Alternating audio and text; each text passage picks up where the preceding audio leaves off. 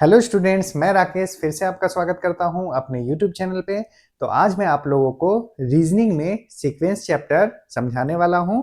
तो सबसे पहले मैं आपको बतलाना चाहता हूं कि इस सीक्वेंस चैप्टर में कैसे प्रश्नों को पूछा जाता है। इसमें एक सीरीज दिया हुआ रहता है और उस सीरीज के आधार पे हमसे प्रश्नों को सॉल्व करने के लिए कहा जाता है। वो सीरीज या तो नंबर पे बेस्ड हो सकता है, या लेटर्स पे बेस्ड हो सकता है, या वर्ड पे बेस्ड हो सकता है, या लेटर्स और नंबर्स को मिला करके भी कुछ सीरीजों को दिया जाता है। तो चलिए इसे हम लोग पढ़ते हैं। देखिए, सीक्वेंस इसका हिंदी होता है अनुक्रम। इसे क्या कहते हैं हिंदी में? अनुक्रम। तो ये मेनली 3 प्रकार का होता है।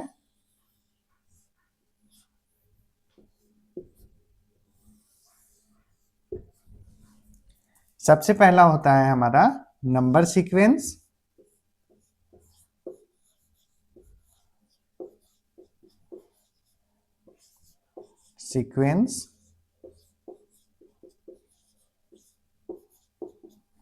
फिर है मेरा लेटर या वर्ड, जिसे अल्फाबेटिकल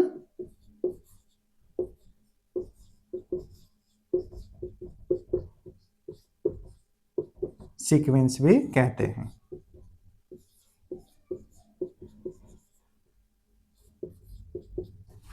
और एक है मेरा अल्फा न्यूमेरिक सीक्वेंस। अल्फा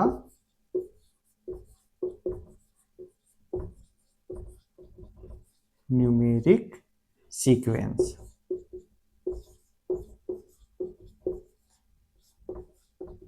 ठीक है।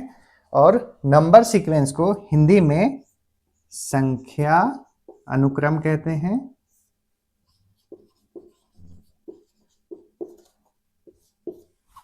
लेटर, वर्ड या अल्फाबेटिकल सीक्वेंस को अक्षर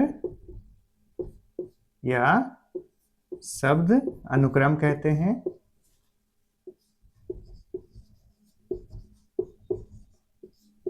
और अल्फा न्यूमेरिक सीक्वेंस को अक्षर संख्यात्मक अनुक्रम कहते हैं।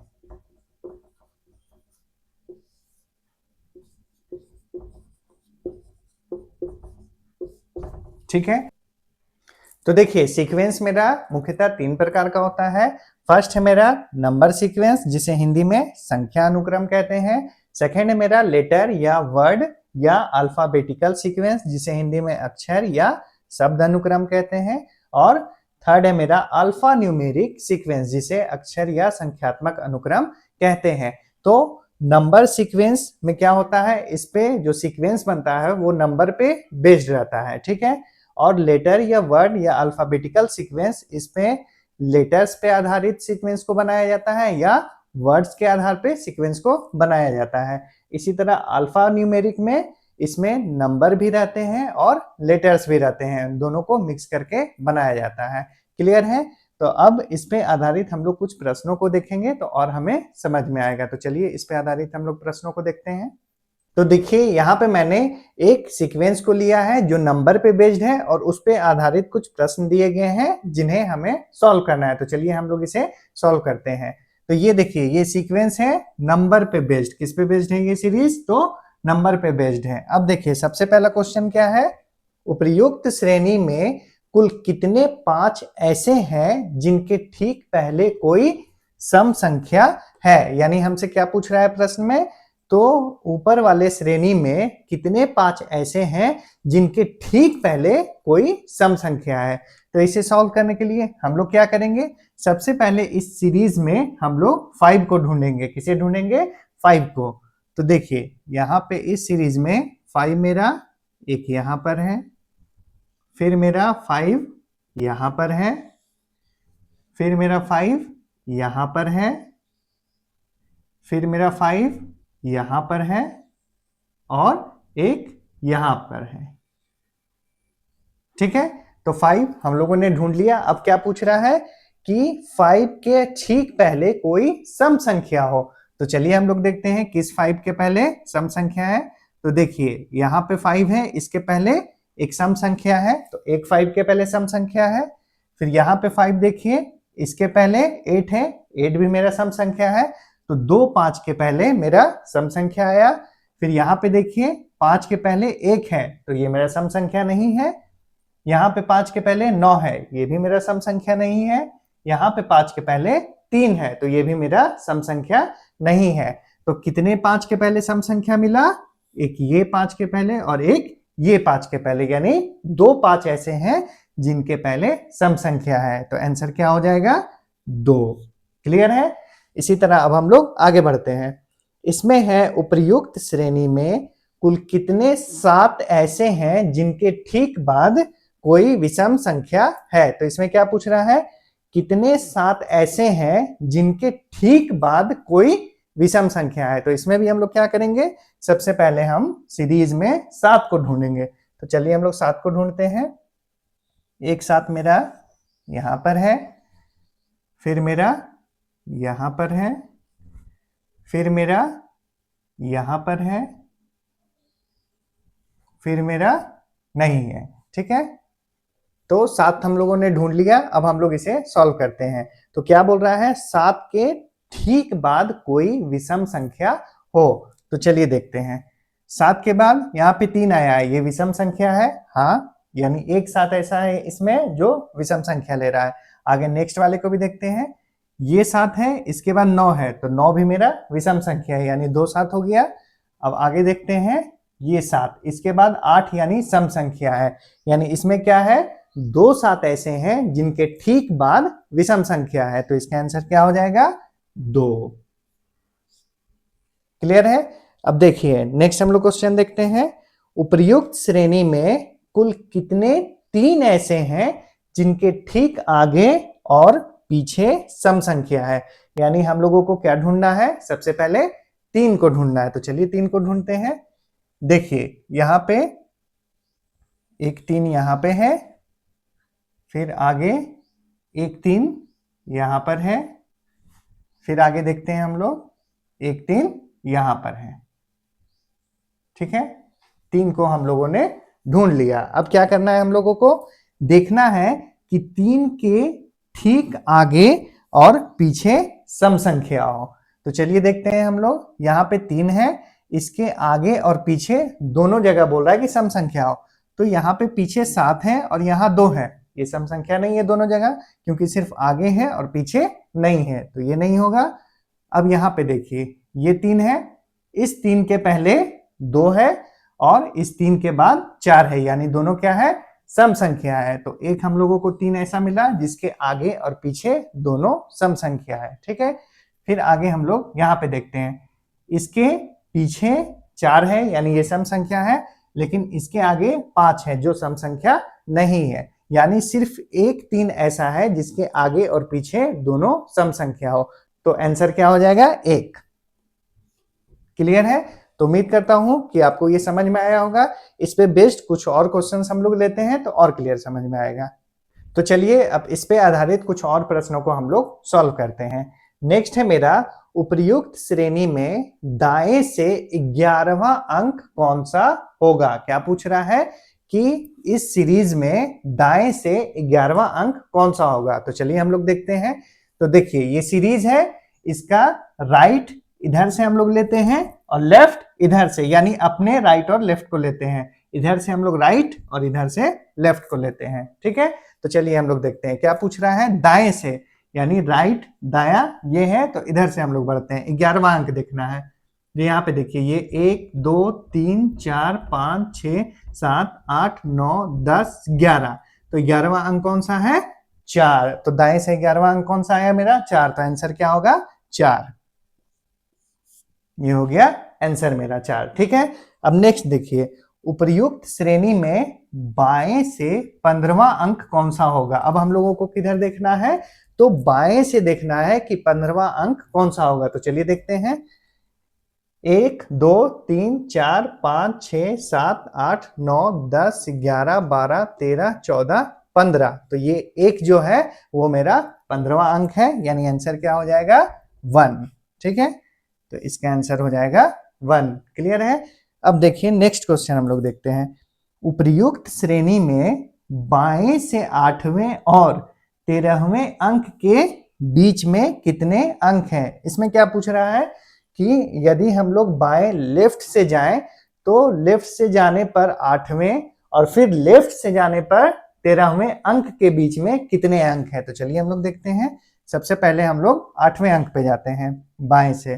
तो 1 2 3 4 5 6 7 8, तो 8वां अंक कौन सा है 7। 8वां अंक कौन सा है 7। तो अब हम लोग जाते हैं 13 पे। तो 8 यहाँ पे आ गया, 9 10 11 12 13, यानी 13 कौन सा है 3। 3 जो है वो 13वां अंक है मेरा।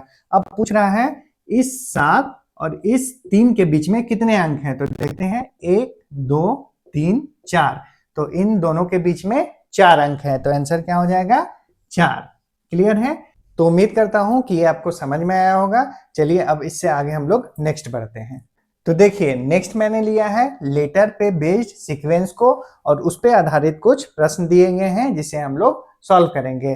तो ये सीरीज किस पे बेस्ड है, लेटर्स पे। देखिए DBC ये इंग्लिश के लेटर्स हैं, इसी पे बेस्ड ये सीरीज दिया गया है। तो चलिए एक एक करके हम लोग प्रश्नों को सॉल्व करते हैं। सबसे पहले है उपर्युक्त श्रेणी में बाएं से 19वां अक्षर कौन सा है, यानी हमें कौन सा अक्षर ढूंढना है 19वां अक्षर ढूंढना है। किधर से, तो बाईं ओर से। किधर से, लेफ्ट साइड से। तो चलिए हम लोग ढूंढते हैं।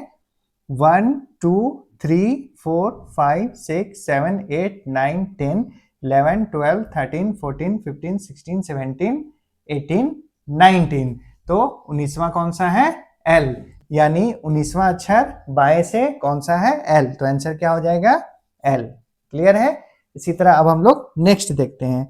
उपर्युक्त श्रेणी में दाएं से 8वां अक्षर कौन सा है। अब हम लोगों को क्या देखना है, दाएं से 8वां अक्षर। तो चलिए हम लोग देखते हैं। 1 2 3 4 5 6 7 8, तो 8वां अक्षर कौन सा है N, यानी आंसर क्या हो जाएगा मेरा N।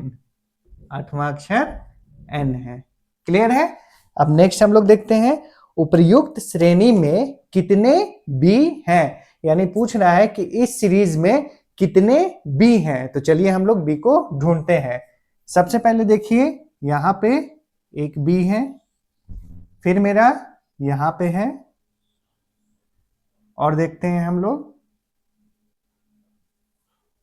फिर और कहीं भी B नहीं है, यानी इस सीरीज में कितने B हैं, तो 2 B हैं। आंसर क्या हो जाएगा 2। क्लियर है। तो उम्मीद करता हूं कि आपको ये भी समझ में आया होगा। चलिए इस पे बेस्ड कुछ और क्वेश्चंस को हम लोग सॉल्व करते हैं। तो नेक्स्ट है मेरा उपर्युक्त श्रेणी में कितने वॉयल ऐसे हैं जिनके ठीक पहले और बाद में एक कॉन्सोनेंट है। तो इसमें पूछ रहा है कि कितने वॉयल ऐसे हैं जिनके ठीक पहले और ठीक बाद एक कॉन्सोनेंट है। तो चलिए सबसे पहले हम लोग क्या ढूंढेंगे, वॉयल ढूंढेंगे। तो कौन कौन सा है मेरा वॉयल, एक है मेरा ये A, फिर है मेरा E, उसके बाद है मेरा I, फिर है मेरा O, ठीक है, उसके बाद है मेरा U, और फिर है A। क्लियर है। तो अब देखिए हम लोगों ने वॉयल को ढूंढ लिया है। अब हमें देखना है कि कितने वॉयल ऐसे हैं जिनके ठीक पहले भी एक कॉन्सोनेंट हो और ठीक बाद भी एक कॉन्सोनेंट हो। तो चलिए देखते हैं हम लोग। A, इसके पहले एक कॉन्सोनेंट है C, और इसके बाद भी मेरा कॉन्सोनेंट B है, तो एक वॉयल ऐसा मिल गया हमें। अब नेक्स्ट देखते हैं E, इसके पहले भी मेरा एक X है कॉन्सोनेंट, और F बाद में भी एक कॉन्सोनेंट है, तो 2 वॉयल ऐसे मिल गए। अब इधर देखते हैं I के पहले भी मेरा कॉन्सोनेंट है और I के बाद भी कॉन्सोनेंट है, यानी 3 वॉयल ऐसे मिल गए। फिर है मेरा O के पहले एक कॉन्सोनेंट है और O के बाद भी Q मेरा कॉन्सोनेंट है, यानी 4 वॉयल ऐसे मिल गए। फिर है मेरा U के पहले T मेरा कॉन्सोनेंट है, लेकिन बाद में मेरा A है जो वॉयल है, तो ये नहीं होगा। फिर देखिए ये है A के पहले मेरा U है, यानी ये वॉयल है, और इसके बाद कोई लेटर ही नहीं है, तो ये भी नहीं होगा। यानी 4 मेरे ऐसे वॉयल हैं जिनके ठीक पहले और ठीक बाद में एक कॉन्सोनेंट है, तो आंसर क्या हो जाएगा 4। क्लियर है। तो अब चलिए हम लोग नेक्स्ट क्वेश्चन को भी देख लेते हैं। उपर्युक्त श्रेणी में बाएं से 17वें और दाएं से 7वें अक्षर के बीच में कितने अक्षर हैं। हमसे पूछ रहा है कि बाएं से 17वें और दाएं से 7वें के बीच में कितने अक्षर हैं। तो चलिए हम लोग देखते हैं। सबसे पहले हम लोग चलते हैं बाएं से 17वें।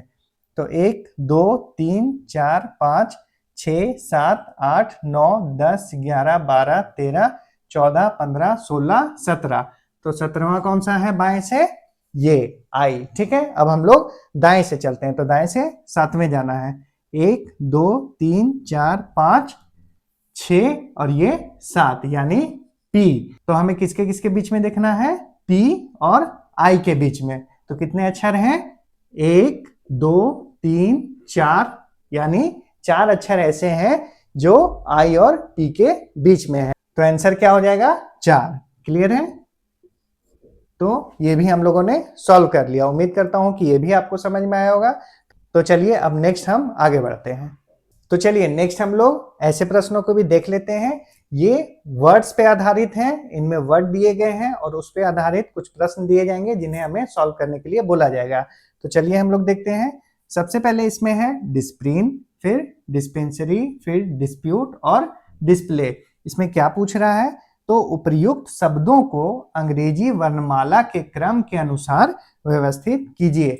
यानी जितने भी ये 4 वर्ड्स दिए गए हैं, हमें क्या करना है कि इंग्लिश अल्फाबेट के अनुसार उसे अरेंज करना है। यानी जो लेटर पहले आता है उसे हम लोग पहले लिखते हैं। ठीक है, तो चलिए हम लोग देखते हैं। इसमें हम सबसे पहले क्या करते हैं, तो जितने भी लेटर्स जो हैं अगर समान है तो उसे पहले हम लोग इग्नोर कर देते हैं। जैसे यहाँ पे देखिए DISP, यहाँ पर भी DISP, फिर है DISP, फिर यहाँ पे भी DISP। तो 4 लेटर इन चारों वर्ड्स में समान हैं। तो सबसे पहले हम लोग इसे इग्नोर करते हैं। ठीक है, इसमें और इसमें भी और इसमें भी। क्लियर है। अब इसके बाद जो भी लेटर मेरा पहले आता होगा उस वर्ड को हम लोग पहले लिखेंगे। ठीक है, तो देखिए यहाँ पे है R, यहाँ पे है E, यहाँ पे है U और यहाँ पे है L। तो इन चारों लेटर्स में किसमें R में, E में, U में और L में सबसे पहले कौन आता है, तो E आता है। तो ये मेरा वर्ड फर्स्ट नंबर पे आएगा। क्लियर है।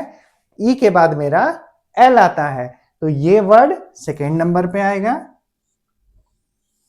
ठीक है, L के बाद मेरा कौन सा लेटर आता है, तो R आता है। तो ये डिस्प्रिन मेरा थर्ड नंबर पे होगा।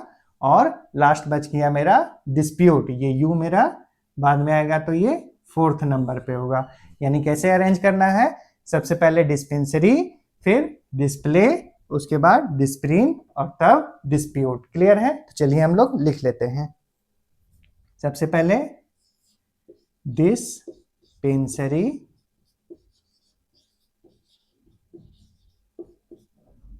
उसके बाद डिस्प्ले,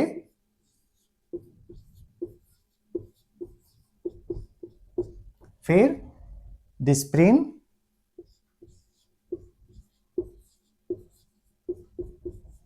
और उसके बाद डिस्प्यूट।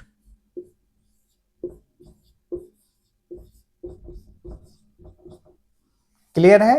तो इस तरह हम लोग ऐसे प्रश्नों को सॉल्व करते हैं। तो सबसे पहले वर्ड्स में हम लोग देखते हैं कि जो भी लेटर समान है सभी में, तो उसे इग्नोर करते हैं और उसके बाद हम लोग देखना शुरू करते हैं। जो लेटर पहले आएगा उसे हम लोग पहले लिखते हैं और बाद में बाद वाले लेटर्स को लिखते हैं। तो उम्मीद करता हूं कि ये भी आपको समझ में आया होगा। तो चलिए अब नेक्स्ट इससे हम लोग आगे बढ़ते हैं। तो चलिए नेक्स्ट हम लोग इस टाइप को भी देख लेते हैं। ये अल्फा न्यूमेरिक टाइप है। इसमें क्या होता है, ये देखिए M लेटर भी मेरा दिया हुआ है, ये परसेंट का साइन है, इसमें कुछ साइंस भी दिए रहते हैं, और ये 4 देखिए इसमें नंबर भी रहते हैं। तो इसमें मिक्स करके किसी सीक्वेंस को बनाया जाता है। तो चलिए इसके प्रश्नों को भी हम लोग सॉल्व करते हैं। तो सबसे पहले है उपर्युक्त व्यवस्था में बाएं से 17वें तत्व से बाएं से 8वां तत्व कौन सा है।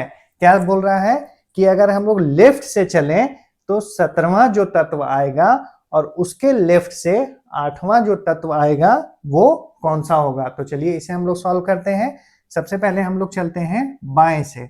तो 1 2 3 4 5 6 7 8 9 10 11 12 13 14 15 16 17। तो 17वां कौन सा है? ये 1। क्लियर है? अब फिर बोल रहा है इसी 17वें तत्व से बाएं, यानी फिर इससे हमको क्या जाना है? बाएं जाना है। तो फिर चलते हैं और कितना? 8वां। तो 1 2 3 4 5 6 7 8, यानी ये एट दी रेट, ये साइन जो है वो मेरा आंसर हो जाएगा। बाएं से 17वें और उससे बाएं 8वां तत्व कौन सा है? ये एट दी रेट। तो ये तो हम लोगों ने नॉर्मली जैसे करते थे उस तरह किया। इसके लिए एक शॉर्टकट ट्रिक भी है, उससे भी हम लोग इसे सॉल्व कर सकते हैं। तो देखिए वो शॉर्टकट ट्रिक क्या है। अगर हमें जब जाने बोले लेफ्ट से राइट या लेफ्ट से लेफ्ट, तो अगर सेम डायरेक्शन में जाने बोले, जैसे यहाँ पे बाएं और यहाँ पे भी बाएं था, ठीक है, तो ये क्या है? लेफ्ट और लेफ्ट है। अगर सेम डायरेक्शन में जाने बोले तो हम लोग इसे आपस में माइनस कर देते हैं, यानी जैसे L मेरा क्या है? 17वां है और ये L क्या है? 8वां है। तो 17 में हम लोग 8 माइनस करेंगे तो आएगा मेरा 9। यानी हम लोग बाएं से अगर 9वें तत्व को ढूंढेंगे तो डायरेक्ट आंसर में मेरा आ जाएगा। तो चलिए हम लोग चलते हैं। तो बाएं से हम लोगों को 9वें तत्व पे जाना है, जैसे 1 2 3 4 5 6 7 8 9। तो ये मेरा क्या आया? At the rate. तो हम लोग ऐसे भी इसे निकाल सकते हैं। अगर सेम डायरेक्शन में जाने बोले तो हम लोग आपस में उसे माइनस करते हैं। क्यों? क्योंकि अगर देखिए हम लोगों को लेफ्ट से जाने बोल रहा है, तो जैसे हम लोग गए, पहले हम लोग 17वें पद पे गए, ठीक है, फिर हम लोगों को बोल रहा है उससे बाएं हम लोगों को 8वें पद पे आना है, यानी हम लोग बाएं फिर बैक ले रहे हैं, यानी वापस आ रहे हैं। तो माइनस करेंगे, यानी वहां पे 17वें पे गए और फिर हम लोग माइनस करके आए, पीछे आए 8वें पे। तो क्यों ना हम लोग आपस में उसे माइनस करके डायरेक्ट 9वें पद पे ही पहुंच जाए। तो उम्मीद करता हूं कि आपको ये भी समझ में आया होगा। सेम डायरेक्शन तो आपस में माइनस करके हम लोग निकाल सकते हैं। तो इसी तरह अब हम लोग नेक्स्ट उदाहरण को भी देखते हैं। तो देखिए इस क्वेश्चन में क्या है? उपर्युक्त व्यवस्था में दाएं से 5वें तत्व से बाएं 11वां तत्व कौन सा है? अब देखिए इसमें क्या बोल रहा है? एक बोल रहा है दाएं यानी राइट से, और फिर बाएं यानी लेफ्ट, यानी इसमें अपोजिट है, अलग है। तो देखिए अगर मेरा अपोजिट है तो ये राइट है और ये लेफ्ट है, ठीक है। तो हम लोग क्या करेंगे? आपस में इसे जोड़ देंगे। अगर अपोजिट डायरेक्शन है तो आपस में क्या करेंगे? जोड़ेंगे। तो ये राइट वाला कौन सा है? 5 है और ये लेफ्ट वाला 11 है। तो दोनों को जोड़ेंगे तो आएगा 16। और अब हम लोग क्या करेंगे? दाएं से, यानी जिधर शुरू से बोले तो दाएं से हम लोग 16वें पर जाएंगे। तो आंसर मेरा आ जाएगा। चलिए राइट ये मेरा 1 2 3 4 5 6 7 8 9 10 11 12 13 14 15 16, यानी 16वां कौन सा है? N। तो कौन सा आंसर होगा मेरा? N। क्लियर है?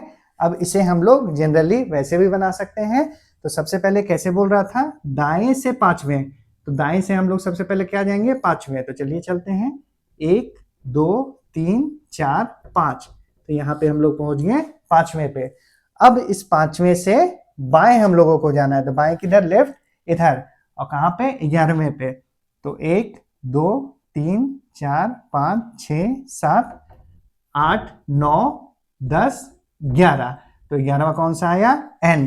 तो या तो आप चाहें तो इस तरह भी बना सकते हैं, और टाइम आप लोगों को कम है, अगर आप लोग शॉर्टकट से बनाना चाहें तो इस तरह भी बना सकते हैं। अगर सेम डायरेक्शन है तो माइनस कर देंगे आपस में, और अगर अपोजिट डायरेक्शन है तो प्लस करके हम लोग निकाल सकते हैं। तो उम्मीद करता हूं कि आपको ये भी समझ में आया होगा। तो चलिए अब इस पे आधारित कुछ प्रश्नों को और देख लेते हैं हम लोग। तो चलिए इस पे आधारित नेक्स्ट क्वेश्चंस को भी हम लोग सॉल्व करते हैं। नेक्स्ट है मेरा, उपर्युक्त व्यवस्था में से सभी अंक हटा दिए जाएं तो दाएं से 15वां तत्व कौन सा होगा? इसमें क्या बोल रहा है कि ये जो मेरा सीक्वेंस दिया हुआ है, अगर इसमें से हम लोग अंक को यानी 9 8 ये सब अंक को हटा दें तो दाएं से 15वां तत्व कौन सा होगा? तो चलिए इसे हम लोग सॉल्व करते हैं। तो देखिए इसमें क्या करना है, हमें दाईं ओर से चलना है और अंकों को इग्नोर करते जाना है। क्यों? क्योंकि प्रश्न में बोला है कि अगर अंक हटा दिए जाएं तो दाएं से 15वां कौन सा होगा। तो चलिए हम लोग बढ़ते हैं आगे। यहाँ पे देखिए 1 2 ये अंक आ गया, इसे नहीं गिनना है। 3 कौन सा हो जाएगा, ये के, ठीक है। ये 3 4, फिर इसे इग्नोर करना है, ये हो जाएगा मेरा 5, फिर इग्नोर करना है, ये हो जाएगा 6, फिर 7, यहाँ पे ये दोनों को इग्नोर करना है, फिर हो जाएगा ये 8, ये 9, फिर इग्नोर करना है, ये 10 11 12 13, फिर ये हो जाएगा 14, ये हो जाएगा 15 और यही हो जाएगा मेरा आंसर। तो आंसर हो जाएगा मेरा @ ठीक है। तो इस तरह के प्रश्नों को हम लोग ऐसे सॉल्व कर सकते हैं। अगर अंक हटाने बोले तो अंक को इग्नोर करना है, अगर लेटर हटाने बोले तो उसे इग्नोर करना है, अगर प्रतीक या साइन इग्नोर करने बोले तो उसे हम लोग इग्नोर करके इसे सॉल्व करेंगे। तो चलिए अब हम लोग नेक्स्ट भी देख लेते हैं। इसमें बोल रहा है उपर्युक्त व्यवस्था में ऐसे कितने कॉन्सोनेंट हैं जिनमें से प्रत्येक के ठीक पहले एक प्रतीक हो तथा ठीक बाद एक अक्षर हो। क्लियर है। तो इसमें बोल रहा है कि सबसे पहले आप कॉन्सोनेंट को ढूंढिए और उस कॉन्सोनेंट के पहले एक कोई साइन होना चाहिए और बाद में एक अक्षर यानी लेटर होना चाहिए। तो सबसे पहले हम लोग क्या ढूंढेंगे, कॉन्सोनेंट को। तो चलिए कॉन्सोनेंट कौन कौन सा है, ये है मेरा एक एम कॉन्सोनेंट, फिर आर भी मेरा कॉन्सोनेंट है, उसके बाद टी भी मेरा कॉन्सोनेंट है, उसके बाद जे भी मेरा कॉन्सोनेंट है, उसके बाद डी भी, फिर एफ, फिर एन, फिर डब्ल्यू, उसके बाद एच, फिर जेड, फिर के और फिर बी और ये क्यू भी। क्लियर है। तो हम लोगों ने कॉन्सोनेंट को देख लिया। अब क्या देखना है, तो इन कॉन्सोनेंट के ठीक पहले एक कोई साइन होना चाहिए, जैसे ये साइन है @, ये है % का साइन, ठीक है। तो ये साइन होना चाहिए और बाद में एक लेटर होना चाहिए। तो चलिए हम लोग ढूंढते हैं। सबसे पहले देखते हैं इस कॉन्सोनेंट में, तो इसके पहले तो कुछ है ही नहीं, तो ये नहीं होगा। अब देखिए यहाँ पे ये आर है, इसके पहले मेरा एक प्रतीक है, तो बोल रहा है कि एक प्रतीक होना चाहिए और बाद में एक क्या होना चाहिए, अक्षर होना चाहिए। तो बाद में मेरा ये नंबर है, तो ये नहीं होगा। इसी तरह यहाँ पे देखिए टी के पहले एक प्रतीक होना चाहिए, नहीं है, तो ये भी कैंसिल हो गया।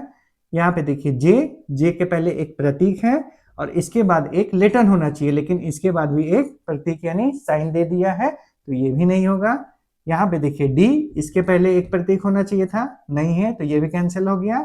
फिर यहाँ एफ पे देखिए, एफ के पहले एक प्रतीक होना चाहिए था, वो भी नहीं है। एन, इसके पहले भी होना चाहिए था प्रतीक, तो प्रतीक नहीं है, ये भी नहीं होगा। फिर यहाँ पे देखिए डब्ल्यू, इसके पहले एक प्रतीक होना चाहिए था, ये भी नहीं है, तो ये भी नहीं होगा। एच, इसके पहले एक प्रतीक होना चाहिए था, इसके पहले भी नहीं है, ये भी नहीं होगा। जेड, इसके पहले होना चाहिए था, ये भी नहीं है, तो ये भी नहीं होगा। फिर के देखिए, के के पहले भी होना चाहिए था, तो यहाँ पे जेड है, ये भी नहीं होगा। फिर बी देखिए, बी के पहले भी होना चाहिए था, इसमें भी नहीं है। और लास्ट मेरा क्यू, इसके पहले भी होना चाहिए था, जो कि नहीं है। तो यानी इसका आंसर क्या हो जाएगा, कोई नहीं, यानी कोई भी ऐसा कॉन्सोनेंट नहीं है जिसके पहले एक प्रतीक हो और ठीक बाद एक अक्षर। तो इसका आंसर क्या हो जाएगा, कोई नहीं।